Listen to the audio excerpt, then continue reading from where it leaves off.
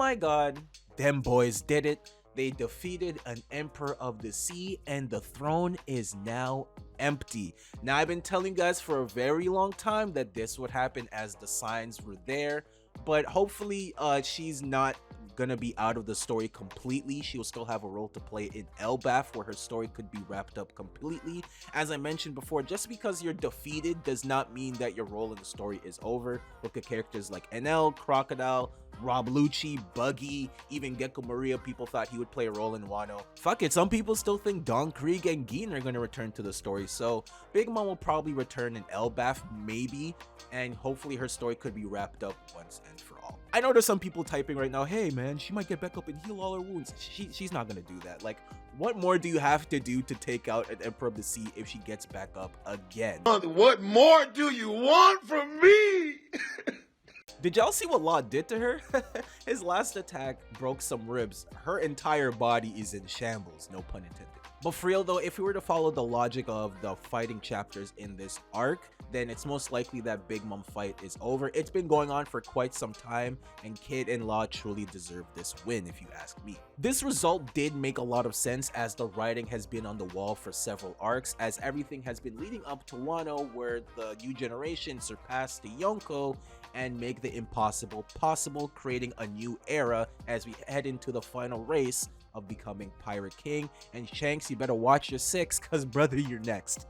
And if we're being honest, Oda has been hinting at this result ever since Punk Hazard, when Law revealed that his target was Kaido, while Luffy already had beef going on with Big Mom. And ever since that arc, both emperors have been involved with an arc, indirectly or directly, and being revealed that both have a road poneglyph, having a shared history, being a part of the same crew, making an alliance. Several times throughout this arc, it's been mentioned that the era is going to be different once this war is over, by Hawkins with his prediction of the Tower card, as well as Marco's introduction by knocking off her ship, saying that the era will be different the next time you guys get back up here. And he wasn't lying, because your mama just got defeated. I can't believe the Big Mom pirates really came here just to deliver Big Mom to a big ass whooping. That's crazy. But if you got here, don't forget to like, share, and subscribe, and let's get on with the actual chapter review. The chapter starts off with Momo successfully pulling Onigashima away from Wano, and he seems to be hearing the voice of Zunisha, who seems to be calling his name. So hopefully Zunisha might be able to quell the fire that's on Onigashima and help Momo out, hopefully wrapping up their little plot point that was foreshadowed back in Zou. But Kaido and company are quite literally getting kicked out of Wano, as Onigashima might land outside of the borders of Wano, and with the world government officials surrounding the island, there's gonna be witnesses to the defeat of two emperors. Damn. And now to the real meat and potatoes of this chapter, Big Mom versus Kid and Law. And the dialogue in this chapter was phenomenal. One Piece dialogue is usually great, with Law getting mad at Kid for taking the credit and using him as an opening act. It became personal with me. The dialogue here reflects the community and what they've been saying for quite some time, like Law clowning Kid, saying, "Ooh, what animal are you gonna create next? I'm shaking in my boots." Wow.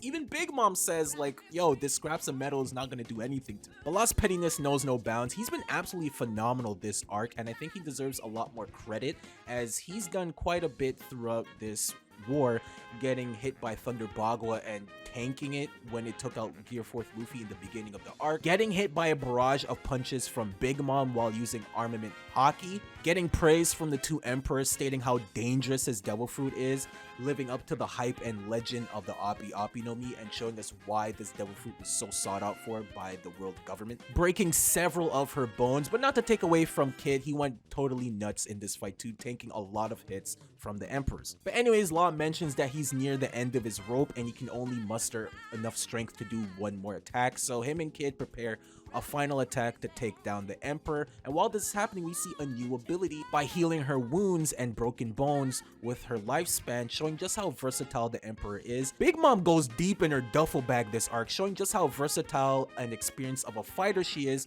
with the way she uses her devil fruit, and we see that throughout this chapter. So the two supernovas launch their counterattack, and Kid does what I've been wanting for so long, and he goes in his bag and starts being creative with his devil fruit by assigning north and south on Big Mom and objects, causing a polarity. Yes, I went to school, I understand what that means, and making them become magnets, forcing Big Mom stuck on this wall and was going to attack her. Instead, with her experience and thinking on her feet, she turns around and has Kid hit the wall that was attached to her back. But what's impressive about Kid's attack is that it was so powerful that Big Mom couldn't even get herself off of the wall that she was attached to. But Kid isn't the only one who's creative, as Big Mom is knee deep in her duffel bag and launches a combination attack with her 3 homies, similar to a Ikaku Sovereignty, but as she launches this attack, she creates a new homie. So it's basically, from what I'm understanding, Ikaku Sovereignty attack that's sentient. So if it hits you,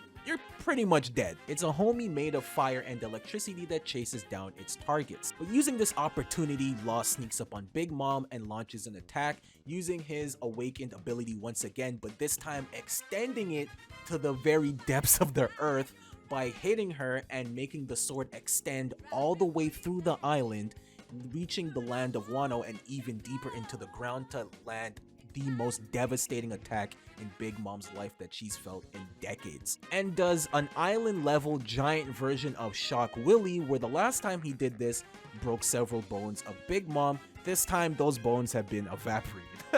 This causes a giant hole through both Wano as well as Onigashima, and now that there's a hole in the basement, maybe Yamato might use this as a way to push the bombs through the hole and getting them off the island, maybe? Bro, this guy Law put the fear of God in Big Mom. She did not want to get hit by that attack again. But anyways, Kid follows up once again and launches his own attack with this giant railgun and blasts Big Mom with a giant mass of electric magnetism, which is something I've been wanting him to do for so long, since Magneto does it all the time, especially in the Marvel vs. Capcom games.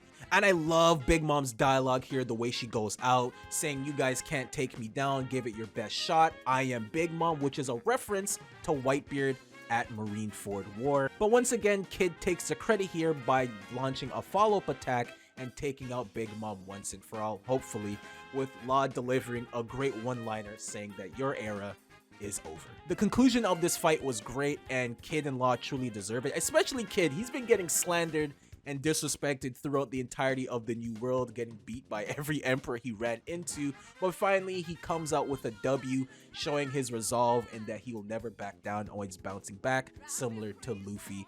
Kid has been fighting for his life throughout the New World, and finally his efforts have paid off, taking out an emperor, so maybe the disrespect could stop now. Quit playing. Quit playing. Robert. I didn't do this stuff. This is not me. I'm fighting for my life.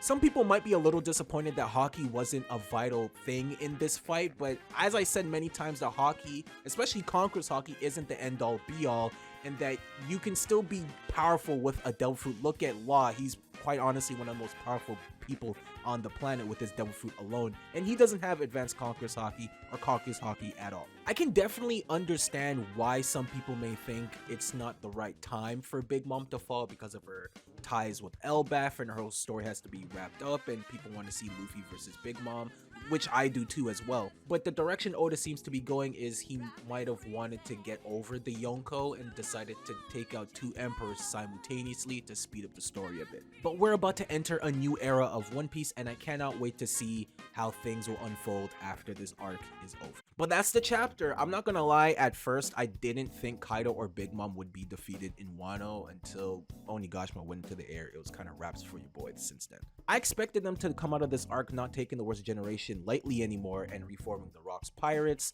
because they're hyping up the Rocks reunion so much, and I was like, okay, I really want to see this come out of fruition. I didn't want them to be defeated in Wano and the day was saved. They're like, I guess we don't have to worry about anything, because that would have been lame. But now that I see things in hindsight, I think maybe Oda was hyping things up to when Law, Luffy, and Kid defeating these emperors, their bounties are going to skyrocket to high heaven.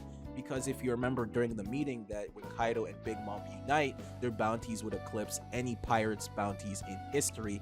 And I was always wondering, that line was really weird in the introduction of the Yonko bounties.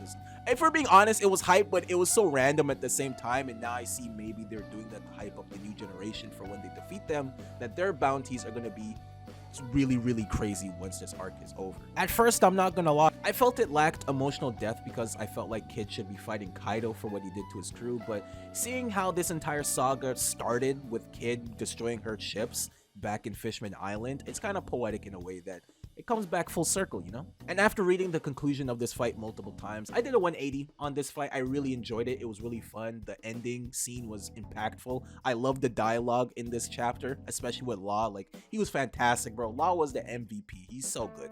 Overall, a fantastic chapter and a great fight. Let me know what you guys think down below in the comments.